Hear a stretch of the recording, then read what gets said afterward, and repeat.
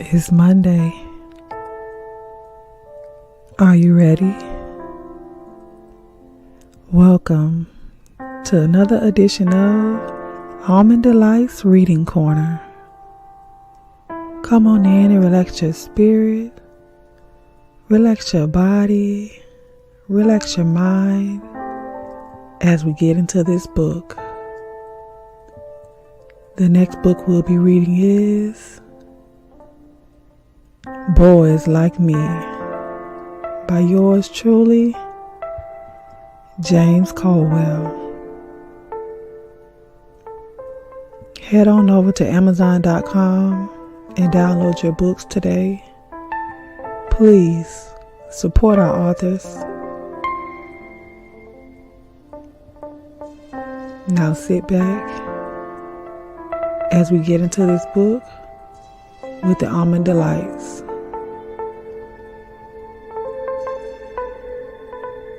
Are you ready?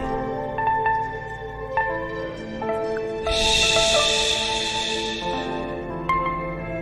Let's read.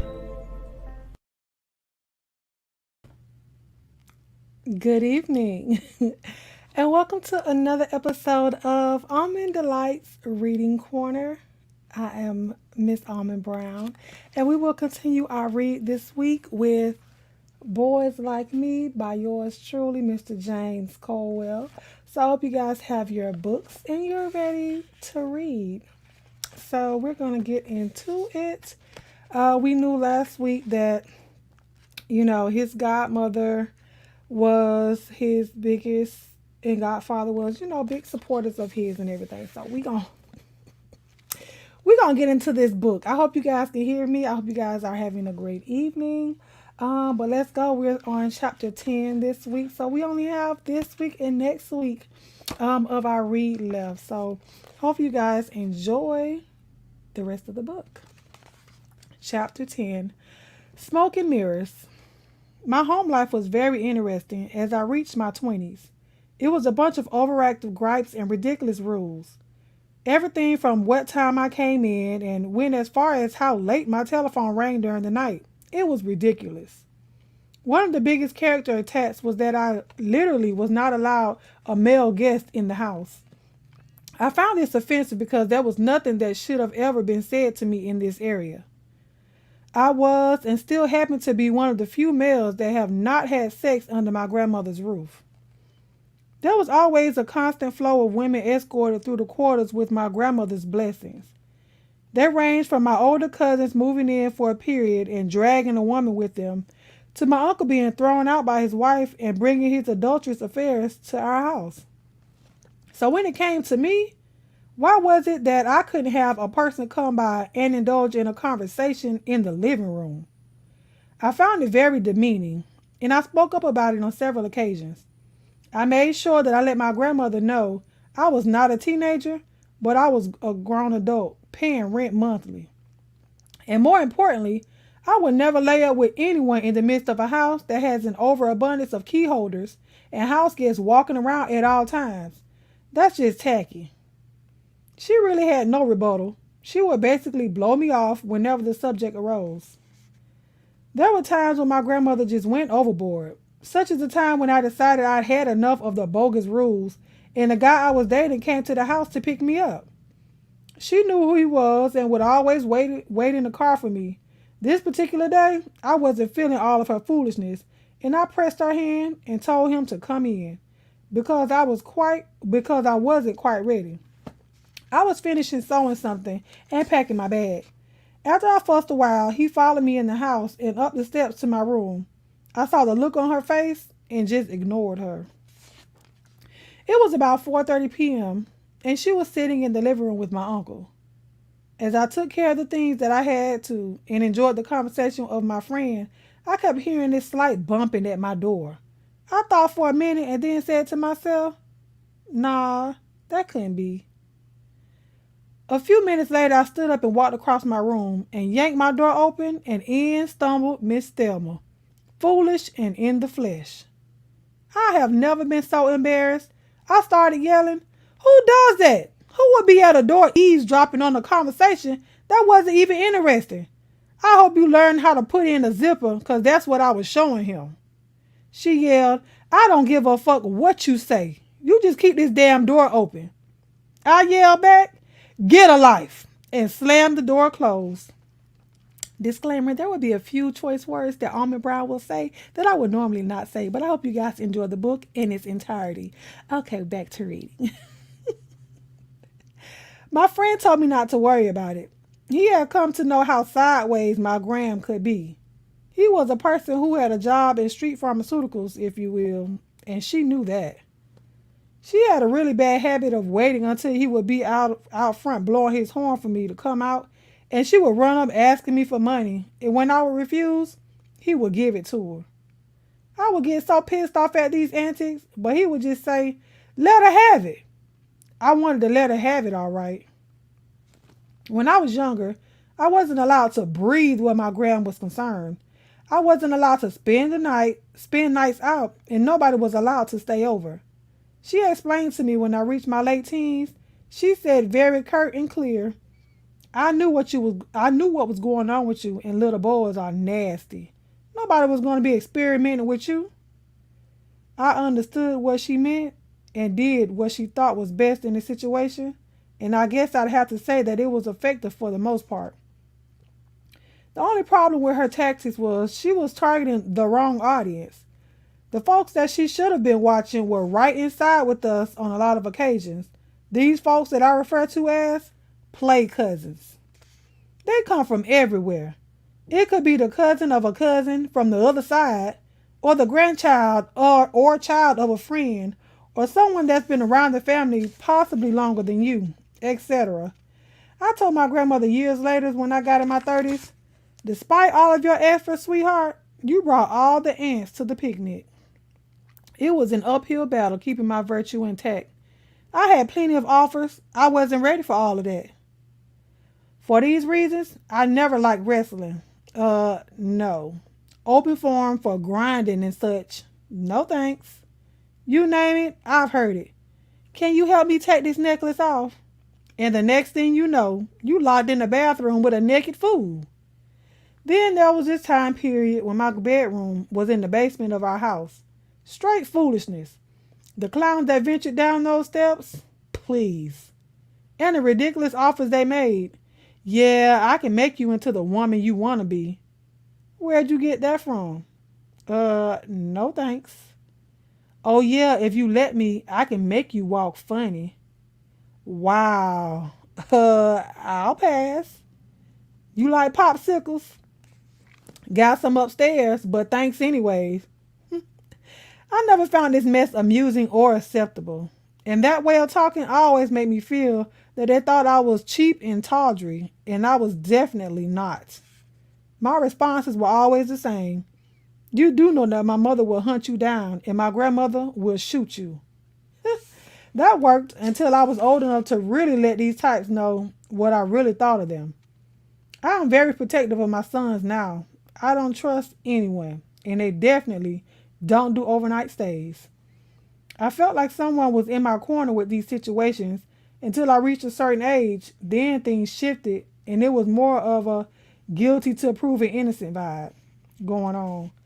My grandmother was a terrible eavesdropper, and even worse rambler and snoop.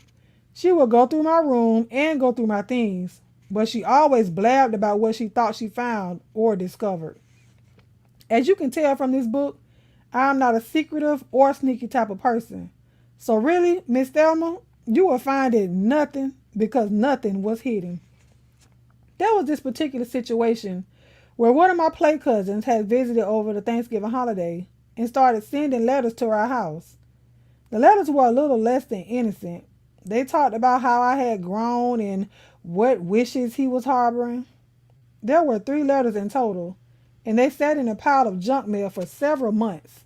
And I went through that mess one day and threw them in the garbage in my room and thought no more of it. It was midway through the week, and our garbage pickup is Mondays, so I emptied my bedroom trash on Sunday.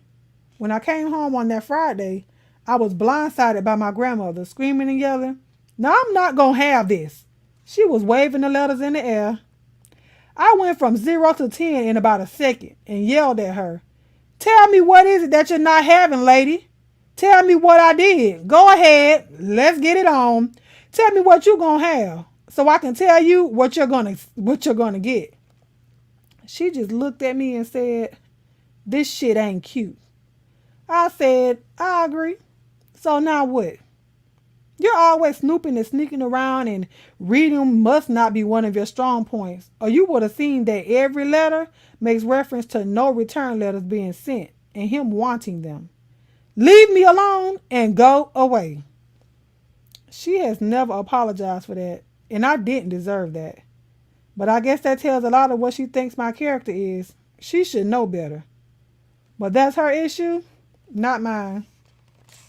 When I was 18, there was a situation that took place where my youngest god sister and I were outside of their house, and one of our play cousins approached me in a most inappropriate fashion. He is actually older than she is, and she is 10 years older than I am. I can tell that she was shocked as I was with the boldness of his moves right in her presence. He made statements about how he and I needed to hang out, and he would make sure that I was taken care of and definitely feeling good. And he would make sure of it because he knew what I needed. I was kind of waiting for her to check him, but that didn't happen. What happened was she left me outside with him and went in the house. So as he continued giving his pitch for the unthinkable, I was certain that my god sister would be coming back with one of my godparents, but she never returned. After I graciously declined his offer, he just basically told him that I couldn't do it because we are cousins and I understand that we are not blood related, but for my whole life I have identified with him as being my cousin, and I just couldn't see myself doing that. He was cool and told me to think about it. I thought about it and yuck. Sorry, not a fan. When I came in the house, I asked, why did you leave me like that? She said, I wanted to see what you were going to do. I couldn't believe him. I was so uncomfortable. And I responded, really? But you left me out there with him. That's messy. Sometimes I swear these people seem to act like they don't know me at all. The other situation at my house that became a big deal was high heel sneakers, as my grandmother called it. This subject actually was a large part of why I did this book, and has caused me a lot of grief and confusion. When I was 19, I was attending the Clarissa School of Fashion Design, and I was introduced to a drag queen that was the current reigning Miss Gay Pittsburgh, and he was interested in having me to do some sewing for him. I'm not a judgmental person at all, so I was game to do it. It was a job, and I definitely could use the cash.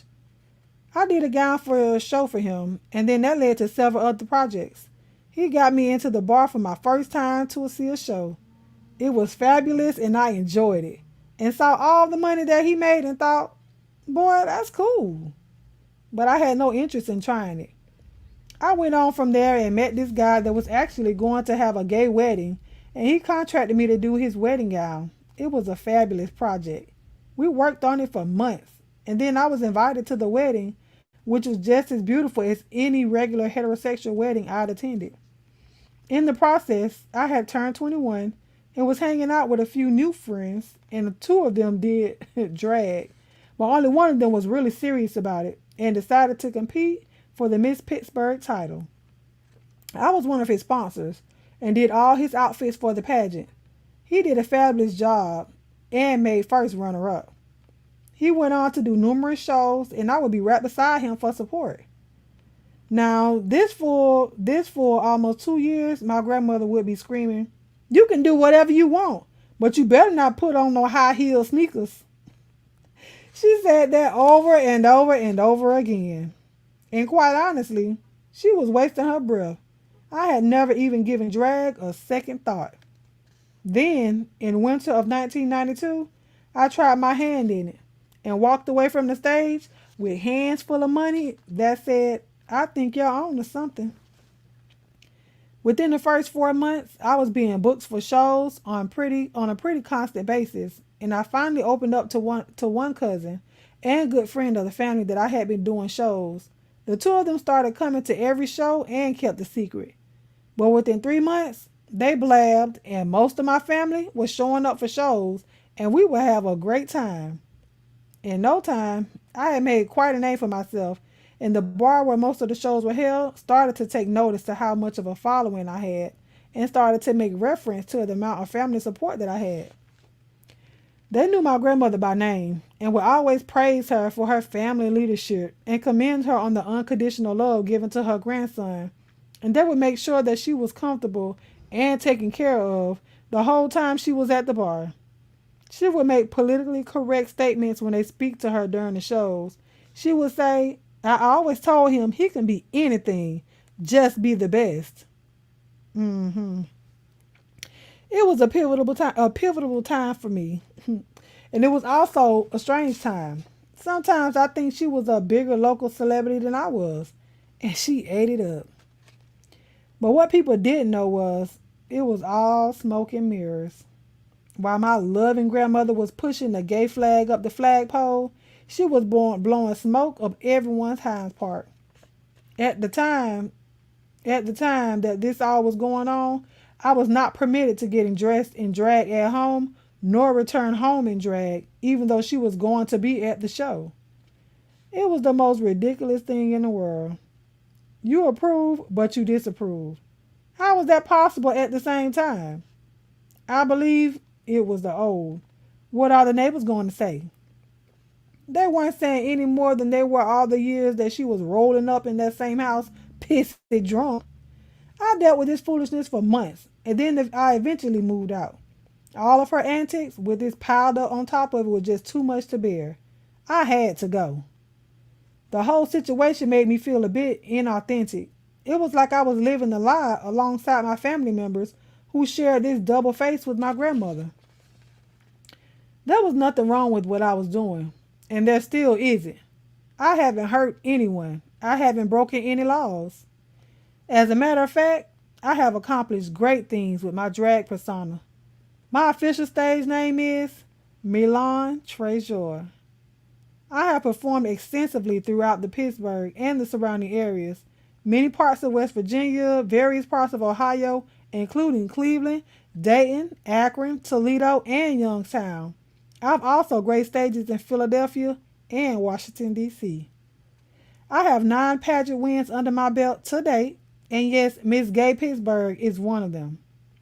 2 pageants that I created and operate on my own. I have been featured in the Pittsburgh Tribune Review newspaper over the years. I have raised thousands of dollars towards HIV/AIDS research and awareness, and I have also starred in an independent film called Out Loud.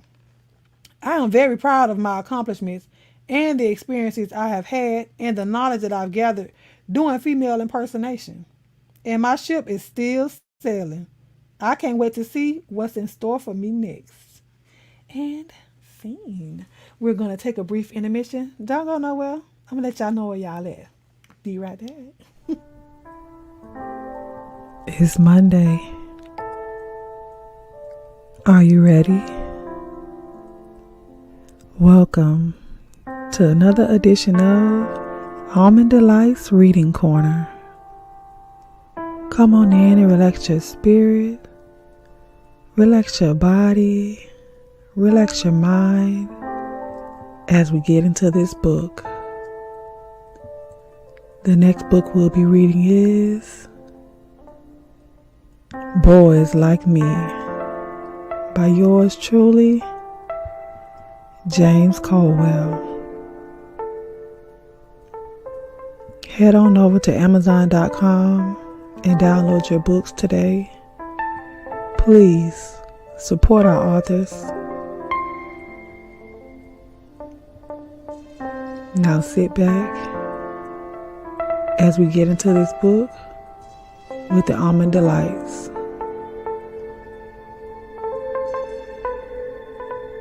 Are you ready? Shh. Let's read. And we're back. We're going to continue reading Boys Like Me by Mr. James Colwell, and we're on chapter 11. You guys, it may be a short night tonight, but we'll see. Who's zooming who? Dating within the gay community is a really detailed thing, and most people do not realize or understand how complex this process is. Not only is it complex, it also happens to be very discriminatory. I realized early in my 20s that the heterosexual community could in no way, shape, or form discriminate against us in the magnitude that we discriminate against each other. Most people, if you have a feminine male, Most people believe if you have a feminine male and a masculine male, you pair them together and you come up with a happy life. That is so far from the truth. Surely that couple exists somewhere on the planet, but there are not many. For the most part, that is a fairy tale. I will attempt to break this down in a way that is understandable without leaving anybody out or offending anyone. The breakdown is sometimes so severe that it sometimes gives me a headache. You ready? Here we go. The reality is, there are many labels that have been created within the gay community. Here are some, but not all: queen, butch queen, drag queen, femme queen or tranny, cross dressers, trade, DL or closeted gay male on the down low. And for bedroom purposes, top, bottom, versatile, versatile top, versatile bottom. There's the community. Now let me try to explain. A queen is a homosexual that is feminine in appearance, a sissy. Butch queen is a homosexual that is masculine in appearance, a sissy with muscles. A drag queen is a homosexual that on occasion dresses in women's garments, generally for stage shows, pageants, contests, etc. Femme queen slash tranny, a homosexual that is transitioning or going through the process of becoming a woman. They generally live and identify as a female, generally have real breasts by this time. A crossdresser generally identify as straight but enjoy wearing women's garments. Trade is a person who identifies as heterosexual but has an appetite for gay sex.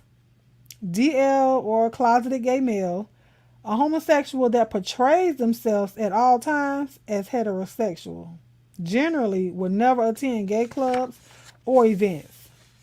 Okay, so now this is where it gets really twisted to follow. But we'll give it a shot. Follow along with me. This is a breakdown of the dating scenarios, and there are many. Okay, a queen will partner with trade, butch queens, and DL closeted gay males. A butch queen will partner with everybody, but mostly prefer each other. A drag queen will partner with trade, butch queens, and DL closeted men. Femme queen or tranny will partner with trade, butch queens, DL closeted gay men, and men that identify themselves as heterosexual, sometimes referred to as a tranny chaser. Crossdressers dates within the heterosexual community, and trade will partner with everybody, but takes no one seriously. So there you have it. I know it makes heterosexuality look like a snap. Just don't cheat and you're good to go. When it comes to the dating situation, all of the breakdown and stipulations have always bothered me. I find it so unnecessary. And of course, there are exceptions to every rule, just as with everything else in life. Myself personally have always been burned by the breakdown one time, and that was enough. And it occurred when, against my better judgment, I decided to carry on a long distance relationship. Much to my surprise, it was wonderful. My partner lived 3.5 hours away, and he was pretty much everything that I required to make me happy and more. We spoke on the phone several times a day. This was before the cell phone days. And although I worked for a reputable long distance company and had access to various discounts, he supplied me with all the calling cards to cover the cost of most of my calls. He, too, had a decent paying job. I was always receiving little gifts and trinkets by mail, and it was really a day for a spoiled brat when he showed up in Pittsburgh on one of his weekend visits. He took on the travel role because he didn't mind the train ride, whereas at the time I wasn't much of a traveler. And one big factor was I owned my own home, and he was staying with his parents. This for me was not an option. I would not even consider staying at his parents' home. We went very strong and full speed ahead for about 8 months without one bump in the road, nor a sign of any trouble. I was swept away with my long distance love. We had actually set a date for him to move to Pittsburgh. He had put in for a transfer of his position at his job, and it was granted. The location was only 10 to 15 minutes away from my home. Everything was perfect. Until I made my one and only trip to Harrisburg to visit my beau. He took care of everything. I was in a very nice hotel, and he was just as happy as a lark that I was actually there in his city. I introduced him to my cousin's ex-wife who had driven up with me. She has family members that she was going to spend the weekend with. Once we dropped my cousin off, the fun began, but was short-lived. I was excited to finally meet his closest friends that evening at dinner. About 20 minutes or so into it, he excused himself to go use the restroom, and while he was away, one of his friends said to me, um, excuse me, but can I ask you a personal question? I replied, sure, of course. He said, do you do drag? I was a little thrown off by the question, but answered, what made you ask me that? He said, your eyebrows are very thin. I replied, yes, they are. That's the way they've always been. My brothers are the same, but to answer your question, yes, I do. He said, I thought so. Well, did you know that Jeremy doesn't like drag queens? I didn't have a response. I was kind of sitting there for a moment when the friend continued to make the public announcement to the other 6 friends that were in attendance. Hey guys, James does drag. Did any of you know that? By this time, my beau was returning, and I guess he could see in my face that I was not a happy camper. The table suddenly became quiet, like a pink elephant had been set free. Jeremy sat down in his seat and kind of whispered to me, what's wrong, babe? Is everything okay? I kept my voice down as I gritted through my teeth. Everything is just perfect. I was not going to snap out and ruin the gathering. And besides, I was still trying to wrap my mind around what had just happened. A few seconds later, the friend dove in for seconds and he blurted out, James just shared with us that he does drag, and I was telling him how much you don't like drag queens. Blank faces surrounded the table awaiting my response. All the pale, muted faces reminded me of the opening scene from the Nip Tuck television series. My Harrisburg smooth talker took hold of my hand and caressed it as he spoke. It's not like that at all. I mean, I don't really like drag shows, and all my friends are aware of that. I said, that's really nice, but what does any of that have to do with me? More quiet moments went by, and then I said, why do I feel as though all of a sudden I am part of a previously planned dialogue? Jeremy, would you mind telling me what my next lines are? The denial swirled around the table at an alarming speed, as the mannequins turned into character witness puppets for how good of a person Mr. Jeremy was, and how he would never do anything like that, which completely confirmed for me that I was being played like a fiddle by these folks. To be honest, I think I was more hurt by the nerve of them feeling as though they were a swift enough bunch to pull it off. I think not. Needless to say, once I got back to Pittsburgh, I broke the relationship up into a million little pieces. I had over 3 hours in a car to go back and forth over what had happened, why it had happened, and what my part was in it. And on this, I found no blame to be mine. Everything was as strange as it seemed. Jeremy knew everything that there was to know about me. He would demand that I called him no matter what time it was when I had shows and performances to do. He would ask how the show went and wanted to make sure that I got home okay, etc. And to think that all this time you were dying about it on the inside. Who does that? He didn't just let it go. He did fight for the relationship. But how could I trust him with anything or possibly live in a home with someone who keeps that type of information to themselves for that period of time and then use such a cheap television drama climax to bring it out? I was all it was all a bit too dramatic and underhanded for my liking. And then he had the gall to actually ask me if I would choose him over drag. Excuse me? Who would ever think that drag would be a deciding factor to life with or without a person? He went the whole spectrum with it. The whole, if you really love me, you will do that one thing, to which I returned. And if you had a lick of sense, you would realize that I don't sit around and drag. I do shows and pageants. Duh. If you don't like it, don't come to the show, because it surely isn't going to come to you.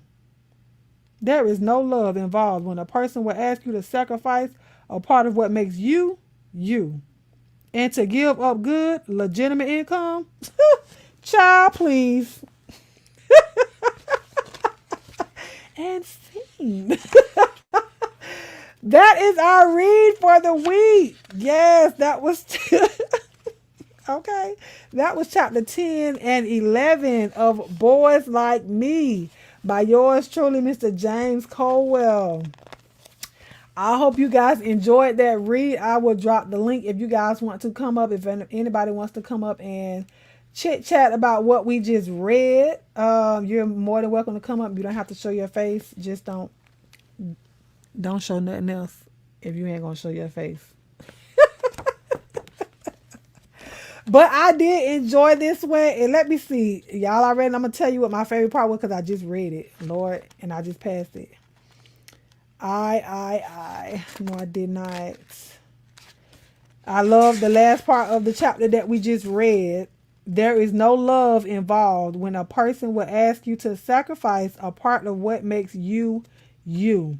And to give up good, legitimate income. Child, please. Child, please. Okay. But yes, there is no love involved. If a person has to make you give up who you are completely just to be with them, it's not worth it. And that leads me to the whole word submission. I had an issue with that word because that's what I thought submission was. You have to give up yourself for somebody else, and be everything that they want you to be, but not be yourself. No. If you find yourself in a situation, be it a relationship, a friendship, a situationship, baby, a YouTube ship, a Facebook ship, a Instagram ship, baby, not a stereo ship. If you have to give up who you are completely in order to be loved by somebody, it ain't worth it. Love your own self. Love your exactly, Slim. Truly a great book. I love the fact that he loves himself. Exactly. And he knew it. He knew that he was worth more than that relationship. Especially for all your friends know that you don't like what I do. But I don't know that you don't like what I do. But you take me around said people that know you don't like what I do. And you let them tell me that you don't like what I do. How that work? Why? Why stay? No, absolutely not. So like you said, he had them 3.5 hours to drive back home, honey. And in that time, you play that stuff in your head like, oh my God, wait a minute. Okay, so he really didn't mean it that way. He said he still liked me. No. But then for the man to be like, give it up. Can you choose between drag and me? What? No, they don't do that. They don't do that. Why would you do that? Like, have y'all have a time where y'all felt like somebody made y'all or wanted y'all to give up who you were just to be with them? Like, have y'all had that moment? If y'all have, y'all can let me know in the chat. Since unless you want to click the link or whatever, you can click the link. It's okay, to talk. But yeah, I think that was good. But then for his grandmother. Oh, she's so fake. Listen, and I know he loved his grandma, but we talk about what we just read. You know what I'm saying? I'm not talking about Miss Thelma. God rest her. So I think she passed. I think she did. But you know, grandma, she was sucking up that old celebrity lifestyle, talking about, oh, I told him just be whatever you want to be, just be the best. Girl, you wanted them free drinks at that bar. Like he said, the neighbors know you came home pissed and drunk all the time. And grandma just riding here lying to these folks talking about she wanted him to be whatever he wanted.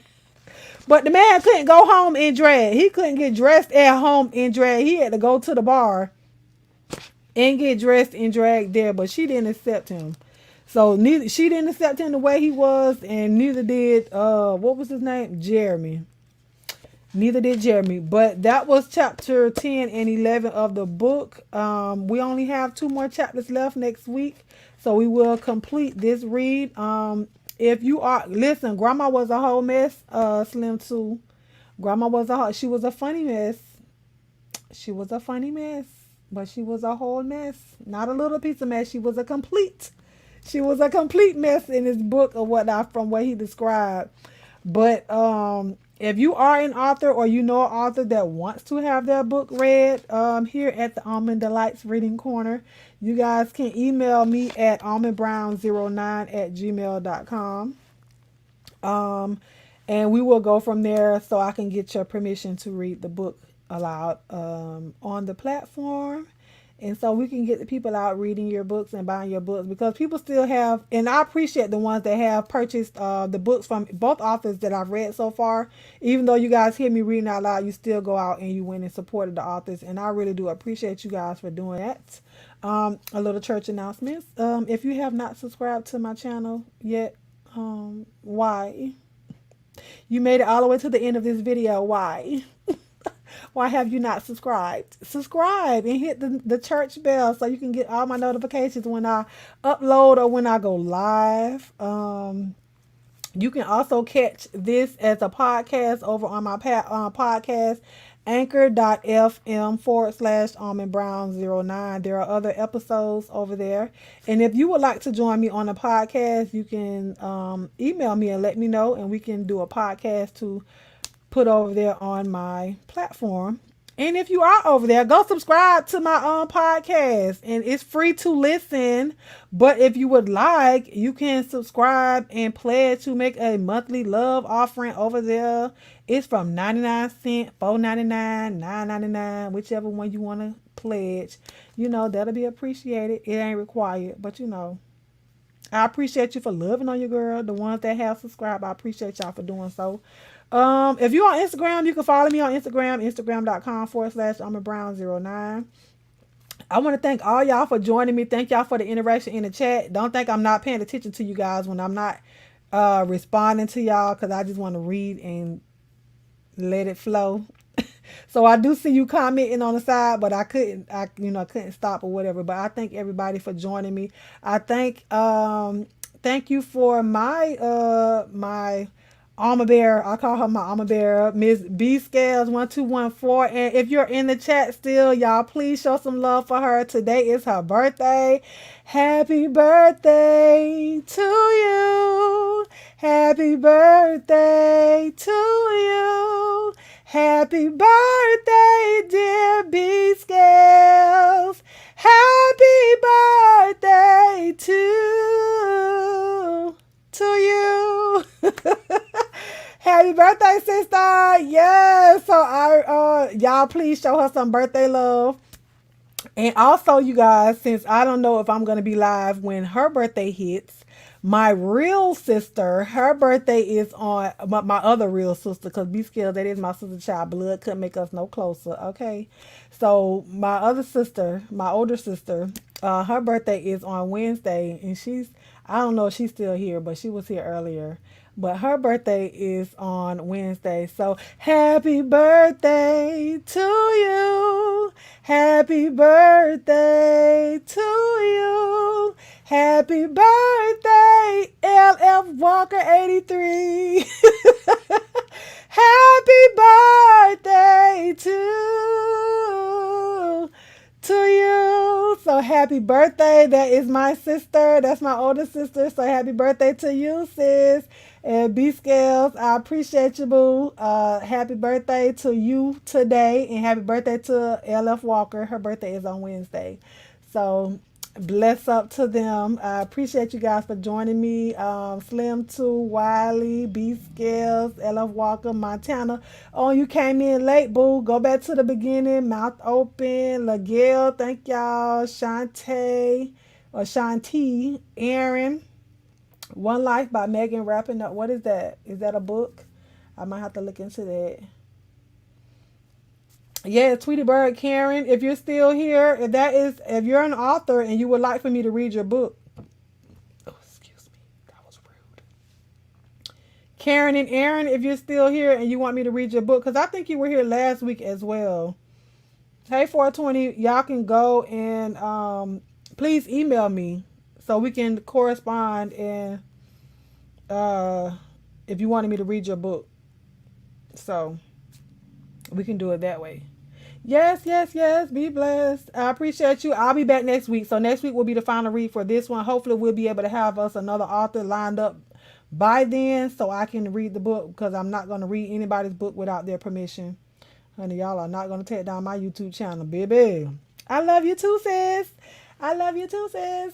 Yes. But anyways, I'm going to let y'all go because y'all know I will ramble on. I really feel like coming back for a little spell. We'll see, since I'm already sitting here, child, and I'm cute. No, let me stop playing.